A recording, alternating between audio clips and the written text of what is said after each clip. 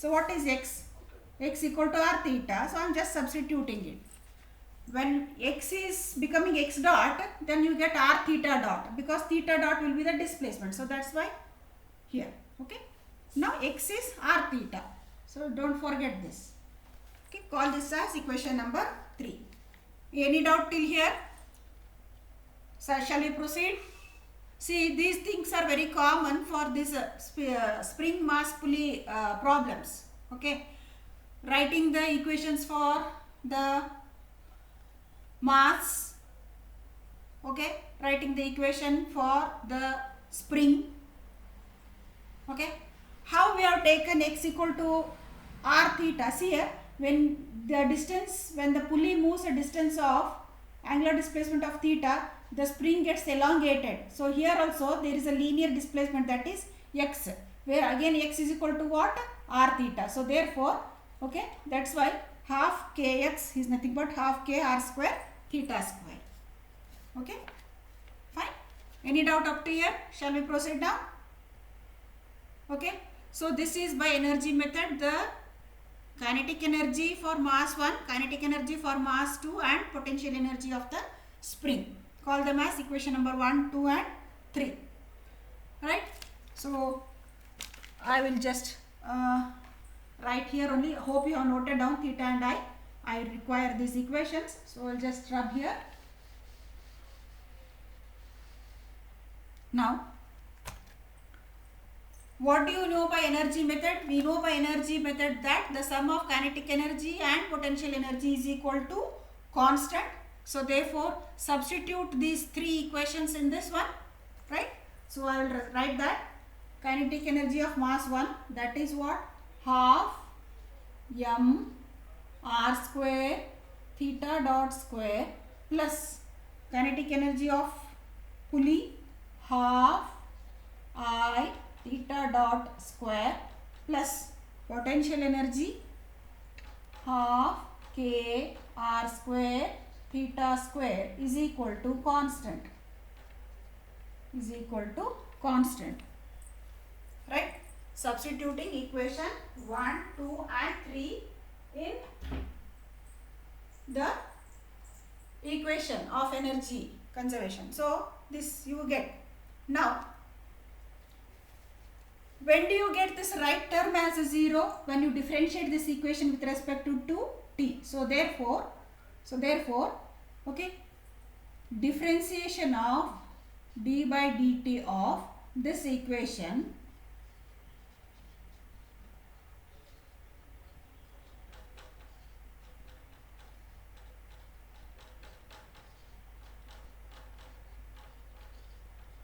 is equal to 0. When you differentiate this equation, it becomes, or it is equated to 0. Right? Now, differentiating this equation, what do you get? Okay, see here, 1 by 2 m r square. Okay, differentiation of theta dot square is 2 theta dot theta double dot plus 1 by 2 I. Okay, differentiation of theta dot square is 2 theta dot theta double dot plus 1 by 2 k r square 2 theta, okay, theta double dot is equals to 0. Differentiating the above equation with respect to t. Right? Now, after differentiating, see here, 2 cancels here also cancels, and here also cancels. And what is common in all the 3 terms? 2 theta dot, no? Okay. In all the 3 terms, we have theta dot as common. So therefore it vanishes. Okay. Then what is left over? M r square. Okay.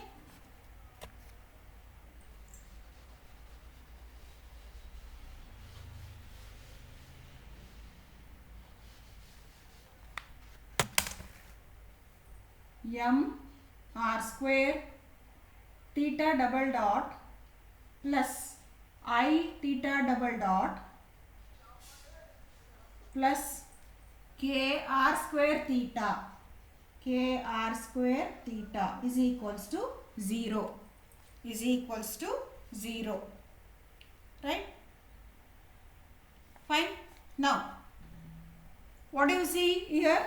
These two terms have theta double dot constant. So, therefore, mr square plus I into theta double dot plus kr square theta is equals to 0.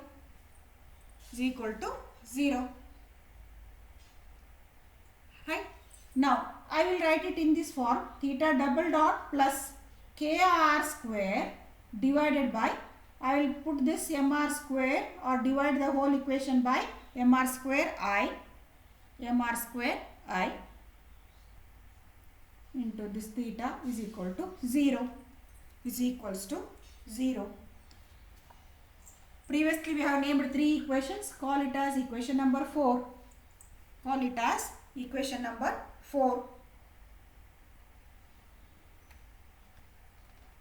Now we will compare this equation. Okay, comparing this equation with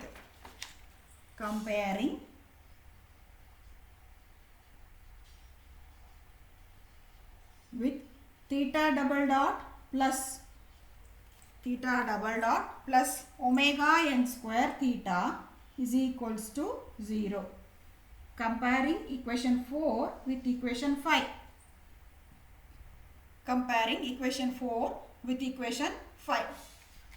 What happens? We can see that what is the value of omega n square? What is omega n square? Write down.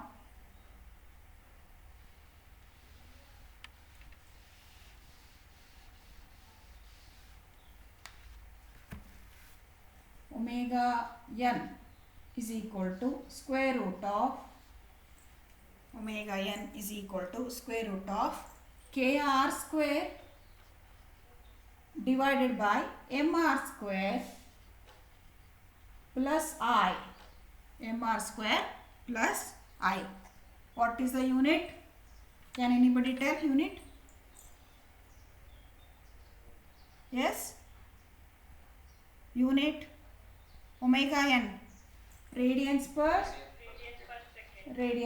second, right?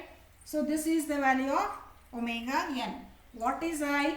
Where I is mass moment of inertia, which is equals to mr square by 2. I is the mass moment of inertia and I is equal to mr square by 2. So this is the equation for natural frequency of the system given in the figure, where you have considered the mass of the pulley also. Okay, one second. M is for capital M, no? M is capital M,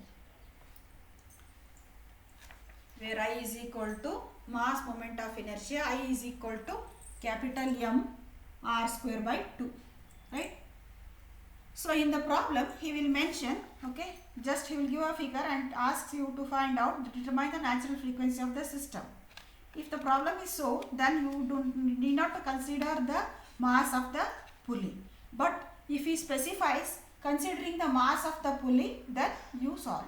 Or else it is better to assume whatever assumption you have made, whether considering the mass of the pulley you have derived or without considering the mass of the pulley you have derived. Please write that note and you have to further proceed. Okay. So this is the equation for the natural frequency of this system. So once again I will brief out what is the problem.